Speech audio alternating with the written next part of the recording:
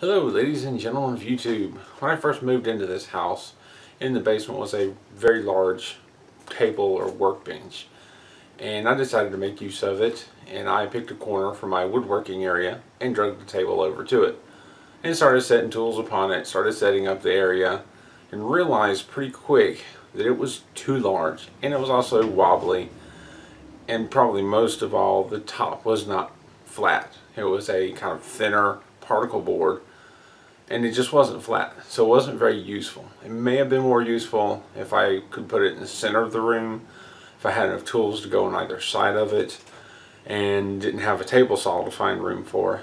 I could have made use for it the way it was, but as it stood, it was too wobbly, not flat, and just too large. So I decided to rebuild it.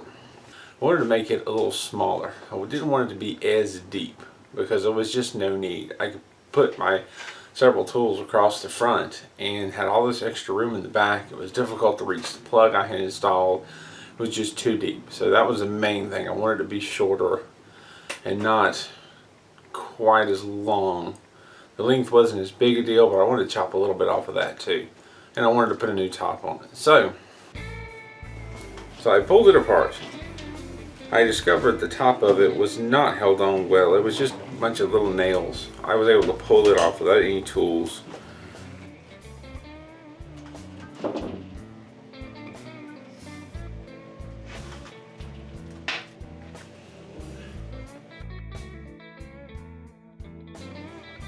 Originally, the framework of it had been put together with nails, but I had added screws to it to try and make it more stable. So first of all, I had to remove those screws and then sort of beat and tap the rest of it apart.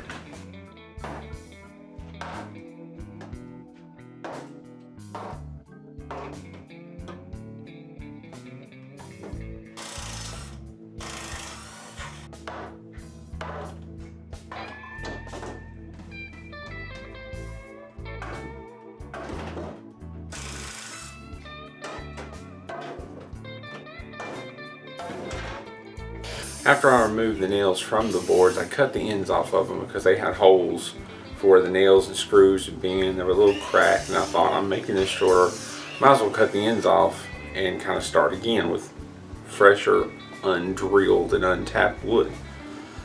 I decided on the sides, I cut the ends off, and I started to rebuild it.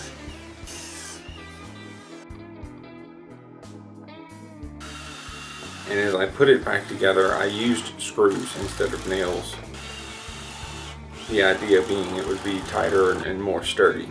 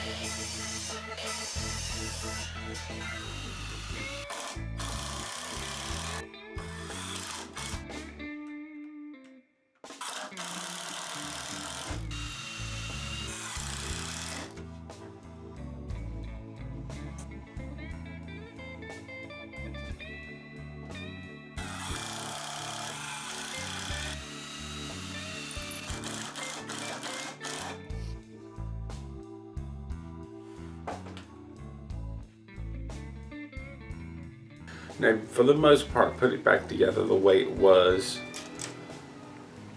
It was, of course, not as wide and not as long.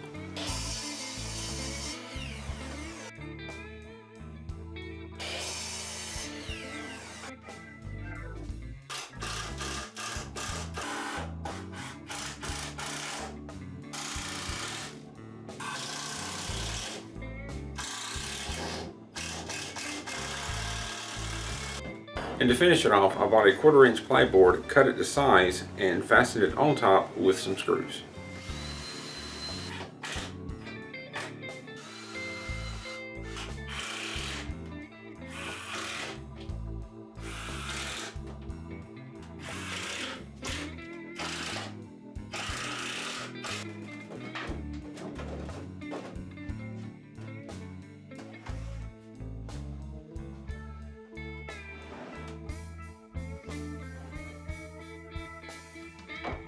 And this is the rebuilt work table behind me with some tools set up on it. It doesn't take up as much room, so now I have more floor space in front of the table. It's like a whole foot missing that it used to intrude upon and just make it more crowded. It's a thick board, it's more sturdy. This thing doesn't really hardly wobble at all, even with this weight on it, and it's flat. So one of the things I'm very seriously considering doing is bolting down this drill press to make it more sturdy. Then maybe I could try the circle cutter again. Maybe it'll work better. I'm debating whether or not to do that or to get another table like I did for the routing table and move it somewhere separately, which with this being smaller, I now have a little bit of more room to put up some other tables or some other workbenches. If I can clear some of these things off, 1 or 2 tools, I would actually have a work area rather than doing all the gluing and hammering and painting and staining on top of my table saw. That would be nice. Now the board that was on it, I've cut a piece off and used it to sort of build a corner shelf for the other corner of the basement to lift things up off the floor, because this is a basement and it could potentially get damp. And then I have a considerable section left.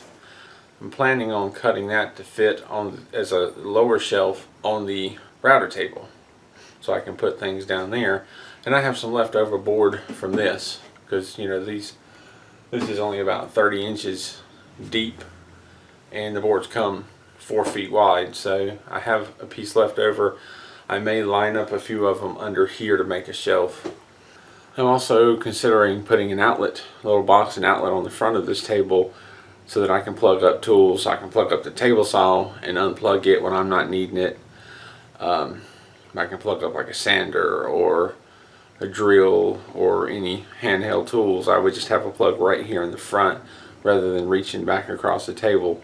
And I'm just going to use house wire, just 14-2 or 12-2, and run it under the table. Put a plug on one end, comes out the back, and then plugs into that. So if I need to move the table, just unplug it.